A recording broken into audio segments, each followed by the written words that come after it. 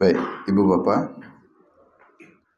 jemaah sekalian yang rahmati Allah Subhanahu wa taala, kita akan lanjutkan kajian Tafsir Al-Munir karangan Dr. Wahbah Zuhaili, sedang menjelaskan surat Yunus sudah sampai ayat 36, sekarang masuk ayat 37 sampai 39.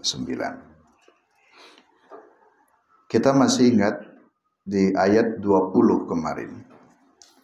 Dzakarallahu ta'ala mutalibal musyrikina minan nabiyyina biinzali ayatin min rabbih. Dulu di ayat ke-20 orang-orang musyrik itu menuntut, meminta bukti ayat-ayat dari Allah. Mana buktinya?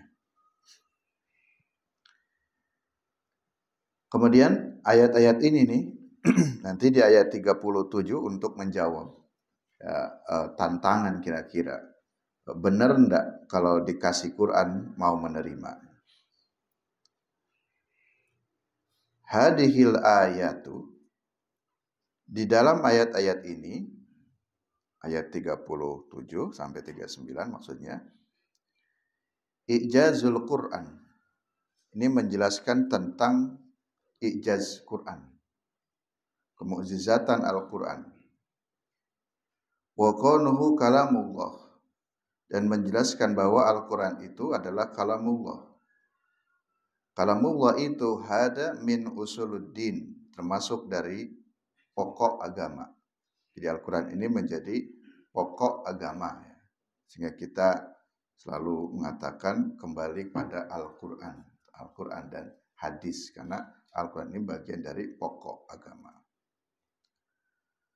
Wa qad taqarrara hadal ma'na fil Quran lisbati annahu min indillah. Sesungguhnya sudah banyak keterangan dari makna Al-Quran secara umum yang mengatakan bahwa Al-Quran ini benar-benar datangnya dari Allah.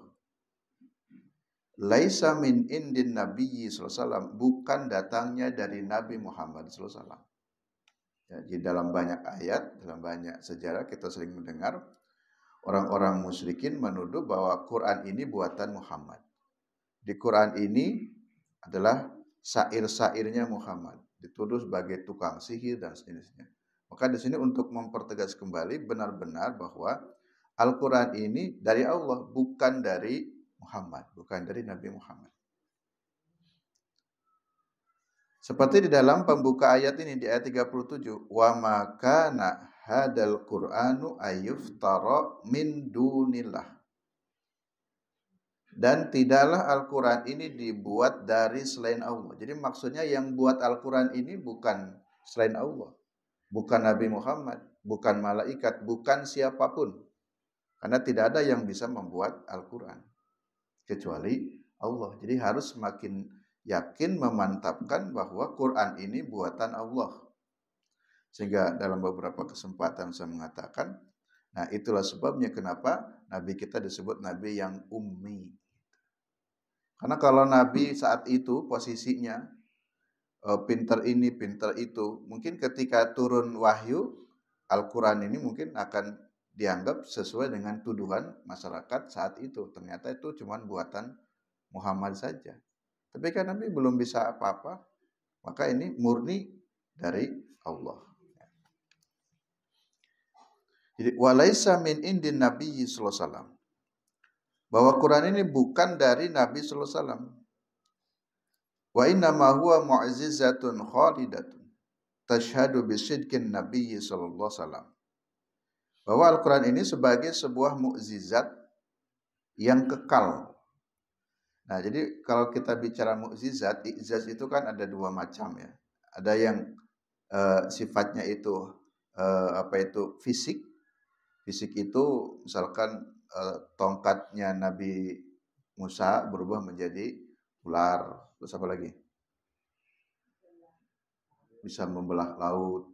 Lalu Nabi Isa bisa menghidupkan orang mati, itu secara fisik ya, dohir yang nampak. Nabi Muhammad juga membelah bulan. Nabi Musa bisa bercahaya tangannya ketika dimasukkan ke ketiak. Nah, yang kekal itu, mukjizat yang kekal khalidin adalah Al-Qur'an. Jadi walaupun nabinya sudah tiada tapi Qur'annya masih ada. Tapi kalau yang bentuk-bentuk yang tadi tongkat menjadi ular yang mukjizat-mukjizat yang sifatnya fisik, seiring nabinya sudah tiada ya mukjizat itu hilang. Tapi kalau Al-Qur'an, Alkitab sucinya itu tidak hilang. Maka disebutkan Al-Qur'an itu mukjizatun. Mukjizat khalidatun yang kekal. Hal ini disebutkan di dalam hadis kursi, Shadaqa abdi fi kulli ma yablughu anni. Benarlah hambaku ini pada setiap apa yang telah disampaikannya dariku. Jadi maksudnya membenarkan apa yang dikatakan oleh Nabi Muhammad itu benar, itulah datang dariku, dari Allah. Walakin tasdiqal ladzi baina yadayhi.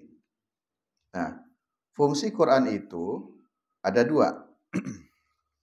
Pertama, saya lihat masih di ayat 37. Pertama Al-Quran itu adalah tasdiqal ladzi baina yadayhi, untuk membenarkan apa-apa yang sebelumnya. Jadi kitab-kitab sebelumnya. Yang kedua, wa tafsilal kitab, dan untuk merincikan, tafsil, mendetailkan ajaran, tafsil, mentafsilkan kitab. La raiba fihi min rabbil alamin. Yang pertama, fungsi Quran itu tasdik, sebagai tasdik. Tasdik itu pembenar atau membenarkan Allah di baina yadayhi, membenarkan kitab-kitab sebelumnya. Mungkin muncul pertanyaan, apakah kitab yang dulu Taurat, Injil itu tidak benar? Apakah kitab-kitab sebelumnya itu salah? Bukan begitu. Kitab-kitab samawi yang itu datangnya dari Allah semuanya benar. Terus kenapa Quran kemudian dikatakan tasdiqal ladzi baina yadayhi, membenarkan kitab-kitab sebelumnya? Yang dimaksud adalah bukan kitab sebelumnya itu salah, tetapi untuk membenarkan kembali ketika kitab-kitab sebelumnya itu kemudian direduksi, dirubah-rubah, dipalsukan. Jadi kan kitab-kitab yang sebelumnya Injil, Taurat itu dirubah-rubah oleh pemeluk-pemeluknya itu. Sehingga menjadi kebenarannya itu bercampur aduk. Bercampur aduk dengan pendeta-pendeta yang merubahnya, atau dengan tokoh-tokoh yang ada saat itu yang merubahnya. Maka turun Al-Quran untuk membenarkan kitab-kitab sebelumnya. Aslinya di dalam kitab Injil juga sama dengan kitab Al-Quran tentang ajaran tauhid. Bahwa mohon maaf, dalam pandangan kita Islam, Nabi Isa itu manusia biasa, bukan Tuhan. Tapi kenapa ada sejarah yang direduksi kemudian berubah menjadi Isa itu jadi Tuhan, itu dari mana itu perubahannya? Dan tidak mungkin ya Nabi Isa mengklaim aku Tuhan. Siapa yang mengajarkan itu? Nabi Isa, Nabi Muhammad, Nabi Musa kan sama. Statusnya itu sebagai nabi-nabi Allah. Tapi kenapa sekarang ada orang yang mengklaim kalau Isa atau Yesus itu sebagai Tuhan? Berarti kan ada yang sudah dirubah gitu. Sejak kapan perubahannya? Ya, kita tidak tahu. Nanti ya ada penelusuran tersendiri ilmunya. Nah, sehingga Al-Quran datang ini untuk tasdiqal ladzi baina yadayhi. Ya. Jadi Quran ini tidak menafikan kitab-kitab sebelumnya. Ya. Jadi kita umat Islam mengakui, meyakini ada kitab-kitab Allah sebelumnya, Injil, Taurat, Zabur. Itu ada. Dan kita meyakini bahwa kitab-kitab tersebut benar datangnya dari Allah. Tapi itu konteksnya dulu. Sekarang juga masih ada Injil. Sekarang juga masih ada Taurat dan Zabur dengan pemeluk agama yang ada di muka bumi ini. Tetapi apakah Injilnya hari ini sama dengan Injilnya yang diturunkan Allah langsung kepada Nabi Isa? Kita meyakini itu sudah tidak asli lagi, dah orisinil lagi tidak. Karena contoh yang konkret itu tentang status Yesus itu dianggap sebagai Tuhan, tapi kita mengatakan itu bukan Tuhan. Sehingga di bulan Desember ini di media sosial selalu ramai, hangat diskusi tentang persoalan Natal. Boleh tidak mengucapkan Natal dan seterusnya. Yang kedua, fungsi Quran itu adalah wa tafsilal kitab. Untuk tafsil. Tafsil itu menjelaskan atau merinci. Jadi hukum-hukum Allah itu dijelaskan lebih detail lagi. Dirincikan. Kalau misalkan bab sholatnya dirincikan. Bukan hanya suruh sholat, tapi sholatnya seperti apa, bagaimana, dan seterusnya. Itu ditafsil namanya. La raiba fihi, tidak ada keraguan di dalam Al-Quran, dan kita pun tidak boleh meragukan Al-Quran, kecuali orang-orang kafir yang selalu meragukan Al-Quran. La raiba fihi, ini jaminan Allah, tidak ada keraguan. Kalau ini Quran ini buatan manusia, pantas kita meragukan. Seperti pembuatan undang-undang, bisa jadi benar, bisa jadi salah. Tidak abadi, tidak salah kalau ada orang yang meragukan. Sehingga jangan heran kalau kemudian ada orang yang menggugat. Coba setiap kali ada pemilu ya, DPR selalu salah satu agennya menggodok undang-undang pemilu. Setiap 5 tahun godok lagi. Ya tidak salah juga. Ya. Karena mungkin ada keraguan, mungkin ada ijtihad baru, mungkin ada pemikiran baru, rubah. Misalkan dulu kita kan nggak pernah milih gubernur ya, nggak pernah milih bupati di Indonesia itu secara umum. Tidak ada pemilihan gubernur, tidak ada pemilihan bupati, kemudian dirubah, semuanya dipilih oleh rakyat. Ini ada wacana lagi, nggak usah dipilih rakyat, banyak biaya. Sekarang pilihnya cukup yang anggota DPR pusatnya saja. Gubernurnya sudah tidak usah. Itu kan berubah-ubah. Ya tidak apa-apa karena memang itu manusia. Tapi Quran kan nggak bisa berubah-ubah. Dari dulu sejak diturunkan oleh Allah sampai hari ini, sampai hari kiamat tidak akan berubah. Dan tidak bisa sesuai dengan keinginannya. Misalkan ya, di dalam Al-Quran ada ayat tentang waris. Dalam waris itu lidzakari mislu hadil unsayaini. Pembagian waris itu laki dan perempuan itu memang berbeda. Dari dulunya begitu. Tidak boleh ditafsirkan karena yang ngajarnya ustadzah, wah ini ayat ini nggak benar ya. Masa nggak adil. Lalu kemudian ditafsirkan berubah atau berulang, ya tidak boleh merubah-rubah teks Al-Qur'annya.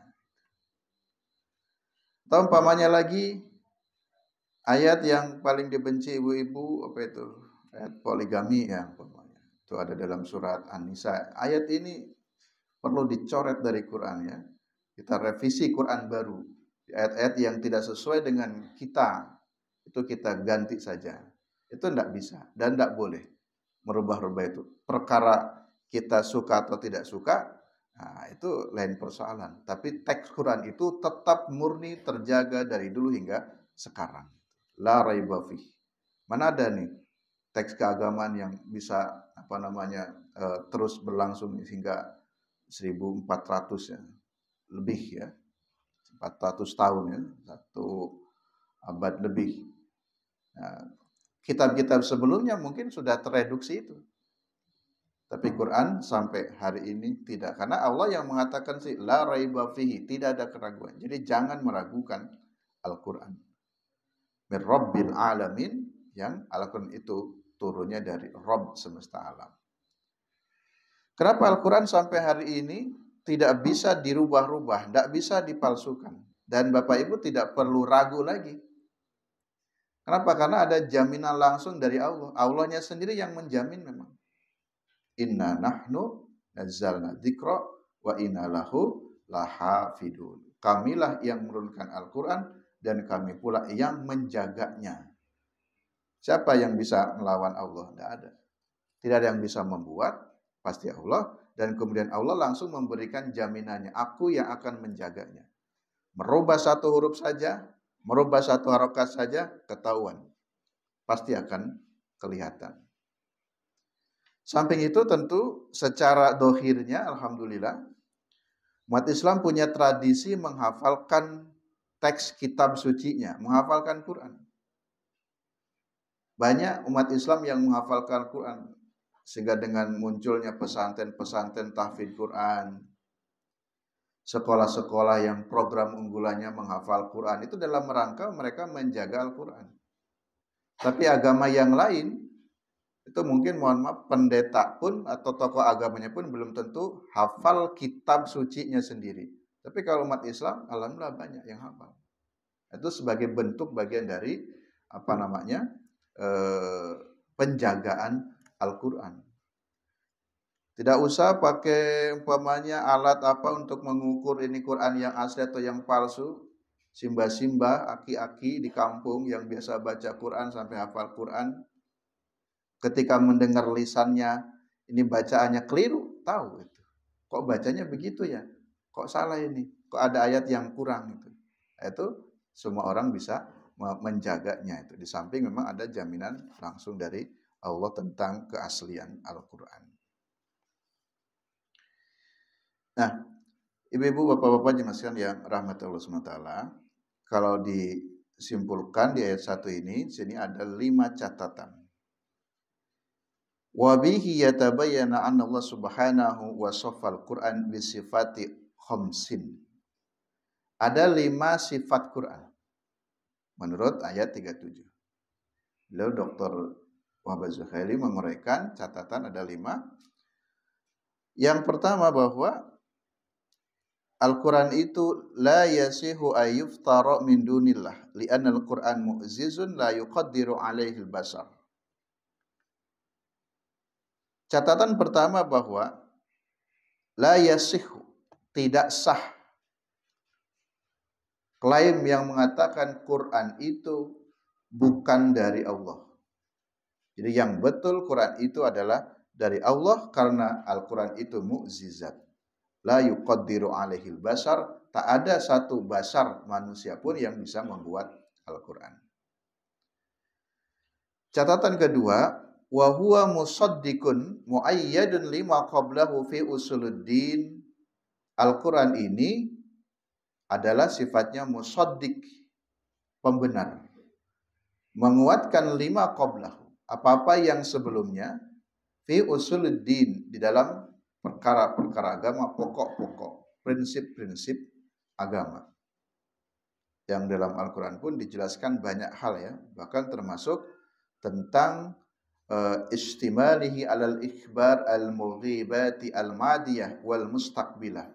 Al-Quran mencakup informasi ikhbar, kabar, al-mughibah, yang goib. Yang goib pun dihabarkan oleh Quran. Al-madiyah, yang lalu, wal-mustaqbalah, dan yang akan datang. Sesuatu yang akan datang ini sudah diinformasikan oleh Al-Quran. Contoh, ketika turun surat Rum, Ghulibatir Rum, akan memperoleh kemenanganlah Romawi. Waktu itu Rum memang belum menang, tapi Al-Quran sudah bicara Ghulibatir Rum, akan menanglah Rum. Ternyata prakteknya betul. Itu kan artinya mustakbal, ada ikhbar, ada informasi masa depan bahwa Rum itu akan menang. Contoh lagi tentang Fathul Makkah. Ada ayat yang mengatakan laqad sadaqallahu rasulahu ar-ru'ya bil haqq la tadkhulannal masjidil haram. Sungguh benarlah janji Allah kepada Rasulnya, pasti kamu akan masuk kembali ke Masjidil Haram. Waktu itu kan Nabi sampai keluar dari Mekah, nggak bisa masuk ke Mekah karena Mekah dikuasai orang kafir Quraisy. Tapi Allah mengatakan pasti la tadkhulannal Masjidil Haram. Jadi itu semacam informasi masa yang akan datang. Ternyata betul terjadilah Fathul Makkah. Contoh lagi, nah nih, Al-Quran sudah menginformasikan masa yang akan datang pasti akan terjadi. Suatu saat akan terjadi kiamat. Itu kan masa yang akan datang. Sekarang kan belum. Kita belum mengalami, tapi harus yakin bahwa informasi ini benar. Suatu saat pasti akan ada hari kiamat. Bagaimana membuktikannya? Nah, nunggu Bapak Ibu. Sampai datanglah hari kiamat. Ternyata benar ya. Besok akan ada hisab. Besok akan ada neraka, akan ada surga di masa yang akan datang. Itu informasinya. Mungkin ada orang yang nggak percaya, tapi tunggu, ternyata benar juga ya. Jadi, maka tidak ada keraguan lagi dan rugi kalau kita meragukan Al-Quran. Karena sudah benarlah, shadaqallah, Allah telah benar. Yang ketiga, catatan ketiga, wa huwa mufassilun ma yuhtaju ilaihil insan minal ahkam al-asyariyah wal ulum al-kasira ad-diniyah wa dunyawiyah. Wa fihi ilmul al-qaid wal adyan wa huwa ma'rifatullah wa malaikatihi wa kutubi wa rusuli wal yawmil akhir. Wa fihi ilmul a'mal wa ilmul fiqhi wa ilmul akhlaq. Jadi yang ketiga sebagai tafsil. Catatan ketiga, Quran itu sebagai tafsil. Tafsil itu artinya Al-Quran menjelaskan apa-apa yang dibutuhkan oleh manusia. Ma yuhtaj ilaihil insan. Apa yang dibutuhkan oleh manusia. Itu sudah dijelaskan, dirinci. Dari hukum-hukum syariat, hukum-hukum dunia, hukum-hukum agama. Perkara dunia juga banyak dijelaskan. Tentang fikih muamalah, tentang konsep perdagangan, pernikahan, waris. Seluruhnya sudah dijelaskan dalam Al-Quran. Itu sudah tafsil. Juga dalam Al-Quran menjelaskan fafihi ilmul aqaid. Ada ilmu aqaid atau tauhid. Menjelaskan tentang ma'rifatullah, tentang malaikat, kitab, rasul, hari akhir. Wafihi ilmul a'mal. Dalam Al-Quran pun ada ilmu a'mal. Ilmu a'mal itu ya ilmu praktis, itu ilmu fikhi. Dan dalam Al-Quran juga ada ilmu akhlak. Menjelaskan tentang akhlak. Banyak ya ayatnya. Misalkan khudil afwa wa'mur bil urf wa'arid anil jahilin, itu tentang akhlak dan lain-lainnya. Catatan yang keempat itu pada kalimat la raiba fih wala syakka fih, tidak ada keraguan tentang Al-Qur'an, libayanil ulumil kasirah, banyak sekali ilmu-ilmu yang menjelaskan tentang ini, wa adami wujudit tanaqud, dan juga meniadakan tidak adanya tanaqud, pengurangan-pengurangan atau pembatalan-pembatalan. Dan catatan yang kelima, kaunuhi indallahi ta'ala nazala biruhil amin ala qalbi Muhammad sallallahu alaihi wasallam liyakuna minal mundirin. Al-Qur'an ini diturunkan oleh Allah melalui malaikat Jibril ke dalam dada Nabi Muhammad sallallahu alaihi wasallam. Ibu-ibu, bapak-bapak jemaah sekalian yang rahmati Allah Subhanahu wa taala. Kita lanjut ayat 38. Am yaquluna naftarah.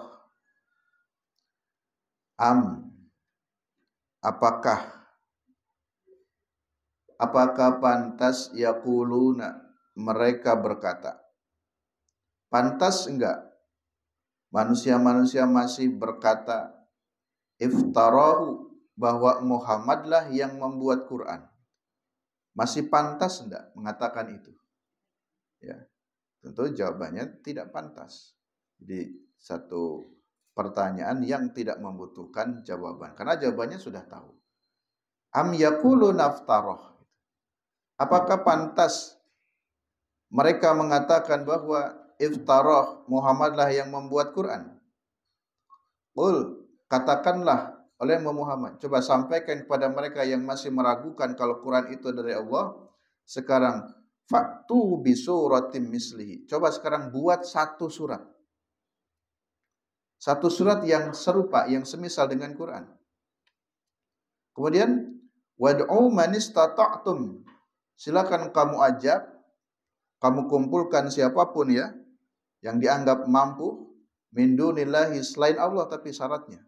Kamu ajak siapa saja, ahli tafsir, ahli hadis, atau siapapun. Silakan buat satu surat yang serupa. Ini tantangan dari Allah. Jika memang kalian masih meragukan Quran ini dari Allah.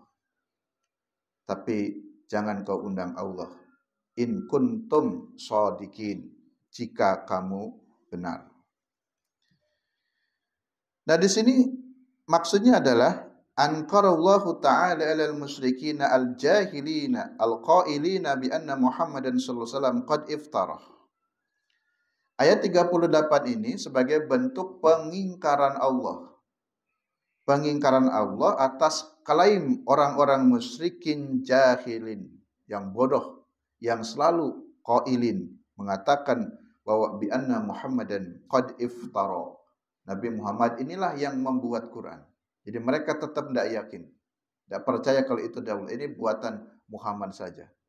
Karena dia sebagai seorang pemimpin, jadi istilahnya ada kepentingan politiknya. Ini kepentingan Muhammad saja supaya meninggalkan agama kita, tidak boleh menyembah berhala. Lalu dikatakan Muhammad ngarang sendiri, nggak boleh menyembah berhala. Nah, saya katakan tadi itu kalau perkara dunia benar mungkin. Setiap ganti pemimpin, ganti aturan, ganti kebijakan untuk mendukung keinginannya. Itu sangat-sangat mungkin sekali. Ya. Seperti cerita kemarin Bashar Assad ya. Bashar Assad yang hancur itu ya, yang jatuh itu, yang runtuh rezim Bashar Assad. Itu kalau dibaca ceritanya, Bashar Assad itu waktu itu umurnya masih 34 tahun. Bapaknya yang berkuasa.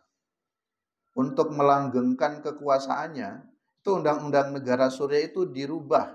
Padahal ketentuannya yang boleh menjadi presiden itu umur 40 tahun. Dirubah itu oleh bapaknya. Supaya anaknya naik. Jadilah si Bashar Assad itu. Agak mirip-mirip juga ya dengan di negeri mana gitu.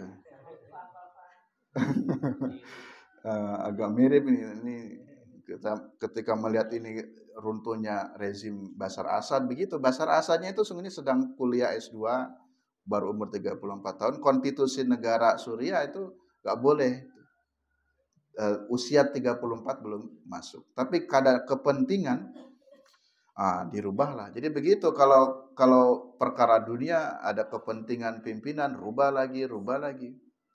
Nah, orang jahiliyah itu mungkin berpikirnya begitu, ini kepentingan Muhammad saja. Untuk menyerang keyakinan kami terhadap berhala, terhadap moyang kami, dia buat itu, aturan-aturan. Padahal bukan. Maka Allah mengingkarinya. Caranya apa? Dengan memberikan tantangan. Coba buat. Kalau memang betul Quran ini buatan Muhammad. Kalau Al-Quran ini buatan manusia. Saya tantang. Faktu bisuratin. Silakan buat satu surat saja.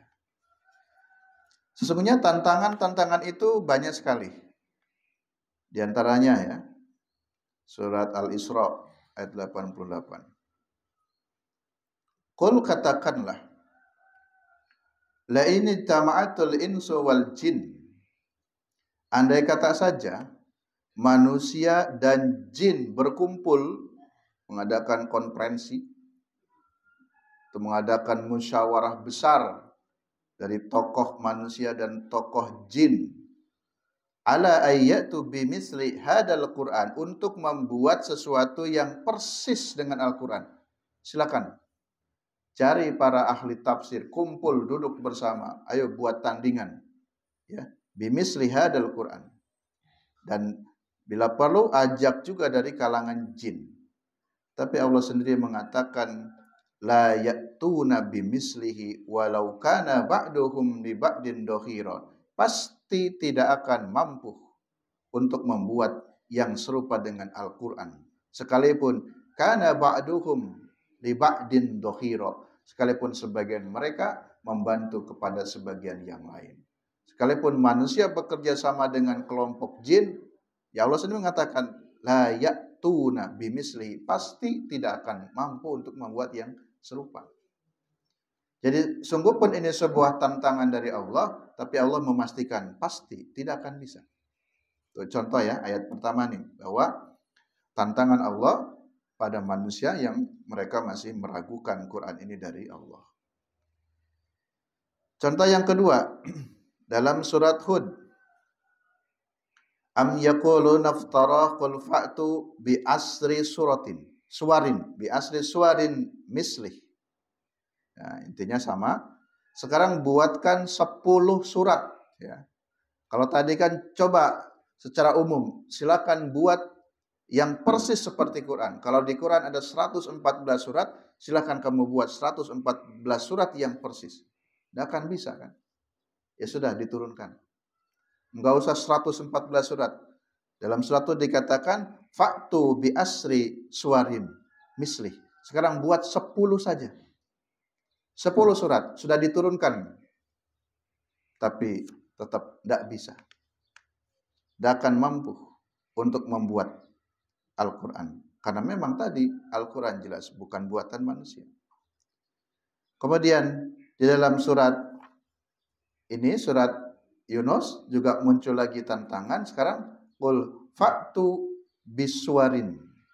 Buatlah dengan beberapa suar, beberapa surat yang sama.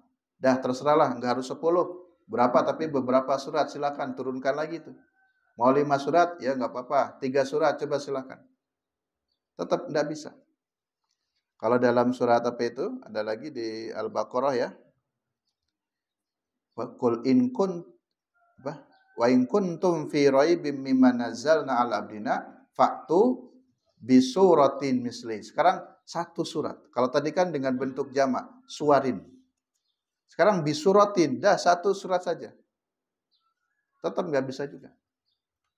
Atau faktu bi ayatin, dah satu ayat saja. Tetap enggak akan bisa ya. Sehingga pada masa Nabi ada orang yang dikenal dengan siapa? Musailamah al-Kadzab. Jadi sang pendusta, Musailamah, mendustakan Quran. Dia berusaha ingin menandingi Quran. Dia menciptakan ya, tulisan yang ingin sama dengan Quran. Karena Quran itu lengkap ya. Dari sudut gaya bahasanya, sastranya, syairnya. Misalkan ya kan, kalau Bapak Ibu dulu masih ingat belajar puisi, syair kan intonasinya sama ya. Kalau A, B, C, gitu. Misalkan A, wadduha, kan A tuh. Wallaili idza saja, ma wadda'aka rabbuka wa ma qala, kan A. Wattini, wazzaitun, waturi sinin, wadal baladil amin, in gitu. Terus si Musailamah ini bikin ya, apa itu? Al-fil ya, al-fil. Karena di Quran ada surat fil, al-fil. Dia juga fil, al-fil. Artinya gajah. Wa ma adraka mal fil. Tahukah kamu apa itu gajah? Itu. Gajah itu al-fil rijluhu tawil. Kakinya panjang. Wa udunul kabir. Telinganya besar. Di karang-karang kan yang penting mirip-mirip gitu. Jadi suratnya al-fil, tahukah apa itu fil, gajah? Gajah itu tubuhnya besar, kakinya panjang, dan seterusnya. Dia mencoba membuat Al-Quran. Ya, tapi ya, jauh sekali dengan Al-Quran. Yang terakhir, ayat 39. Jadi ayat 38-nya tantangan dari Allah. Sekarang 39. Dipertegas. Bal kaddabu bima lam yuhitu bi ilmihi. Jadi mereka menuduh Nabi Muhammad sebagai seorang pendusta. Muhammadlah yang merekayasa, yang menciptakan Quran, dibalas oleh Allah, bukan Nabi Muhammad. Bal kaddabu, tapi kamulah, merekalah yang mendustakan ini semuanya. Bukan Nabi Muhammad. Nabi Muhammad itu sejak remajanya sudah dikenal orang yang jujur. Nabi Muhammad itu tidak pernah mendustakan kepada orang-orang, tak pernah berbohong kepada masyarakat. Lah kenapa sekarang tiba-tiba membohongi Allah? Kan sangat tidak mungkin, tidak logis. Justru bal kaddabu, merekalah yang telah berdusta, bukan Nabi yang berdusta. Bima lam yuhitu, dengan sesuatu yang yuhit ya, yuhit itu ya mengetahui, meliputi, bi ilmihi, mengetahui dengan ilmunya. Walamma ya'tihim ta'wiluh, ketika telah datang takwil itu penjelasan kepada mereka, mereka tetap mendustakan. Kadzalika, yang demikian itu, kadzdzabal ladzina min qablihim, telah mendustakanlah ya alladzina min qablihim, kepada orang-orang sebelumnya, maksudnya kepada rasul-rasul sebelumnya. Memang yang demikian itu ya tidak aneh, perbuatan kaum musyrikin saat ini, saatnya Nabi itu, pada masa hidup Nabi, juga sama seperti perbuatan orang-orang sebelumnya yang selalu mendustakan nabi-nabinya. Jadi bukan hanya satu-satunya kaum Nabi Muhammad saja yang menentang Nabi dan mendustakan Nabi. Pada umat-umat sebelumnya juga sama. Mereka orang-orang kafir lah yang selalu mendustakan ya, nabi-nabinya. Kadzdzabal ladzina min qablihim. Jadi mereka lah yang selalu mendustakan nabi-nabi sebelumnya atau orang-orang sebelumnya. Oleh karenanya silakan diperhatikan, fandur kaifa kana akibatud dzalimin. Bagaimanakah akibat yang akan terjadi bagi orang-orang yang zalim. Ya. Sudah banyak diberikan contoh sejarah bagaimana umat-umat sebelumnya yang mendustakan para nabi dan rasulnya, Allah binasakan. Sekarang tinggal tunggu, jika kamu per hari ini pun masih mendustakan Al-Quran, maka tunggu akibatnya. Pasti akan dibinasakan oleh Allah. Kita pernah mendengar berita ada orang yang sengaja ya tidak percaya dengan Al-Quran, dengan provokasi, bahkan sengaja ditampilkan membakar Quran, sengaja menginjak Quran. Ya tunggu saja, pasti Allah akan memberikan azabnya atau memberikan balasannya. Itu yang dimaksud dengan fandur kaifa kana akibatud dzalimin. Ada satu kisah untuk menutup kajian ini. Kisah mungkin ini pernah dengar juga ya. Cuman saya lupa. Tapi alhamdulillah maksudnya lupa ini kisah seorang dosen. Maksudnya dosennya siapa dan di perguruan tinggi yang mana, itu yang saya lupa. Tapi intinya ada seorang dosen, tanda kutip katanya liberal dosen ini, dia tidak percaya dengan Quran. Jadi Quran itu kan biasa saja, kertas biasa. Ini cuman kertas biasa nih. Saya berani digini-gini kan. Nah, ini kertas biasa. Kan sama saja ini cuman kertas, hanya dicetak saja kayak membuat buku. Ya. Nah, lalu Al-Qurannya kemudian dilempar, berani. Nah, saya berani itu, karena ini cuman biasa. Karena Al-Quran itu hakikatnya kan di dalam hati. Jadi kita tidak perlu marah, kata dia. Tidak perlu marah, Al-Quran ini mau diinjak, mau diapakan. Karena firman Allah tidak akan pernah terhinakan. Karena firman Allah itu adanya dalam hati. Sehingga tidak masalah dilempar, segala. Dia itu praktekan. Lalu kemudian ada seorang mahasiswa yang cerdas di dalam kelas itu. Lalu si mahasiswa itu maju ke depan, kemudian ngambillah diktatnya atau bukunya Pak dosen itu. Lalu buku dosen itu diinjak-injak. Kemudian diludahi. Marahlah Pak dosen. Berani sekali kamu menginjak-injak buku ajar saya. Diludahi. Kata mahasiswanya, Bapak enggak perlu marah Pak. Yang saya injak kan cuma buku. Kan saya enggak nginjak Bapak. Saya enggak nginjak hati Bapak. Ilmu Bapak masih ada di pikiran Bapak. Kenapa harus marah? Maka terdiamlah sang dosen itu. Kira-kira logika sederhana begitu. Kita punya buku diinjak-injak, kan enggak terima juga. Ternyata dosen itu enggak terima juga diinjak-injak bukunya. Dengan mengatakan, Quran kan ada di hati. Ada persoalan Quran mau diinjak, mau diapakan. Ternyata bukunya diinjak pun juga marah, buku diludahi juga marah. Ya, kenapa Bapak harus marah? Bukankah saya tidak sedang menginjak Bapak? Yang saya injak cuman buku, cuman kertas biasa. Nah, ternyata ya, beliau pun juga marah juga.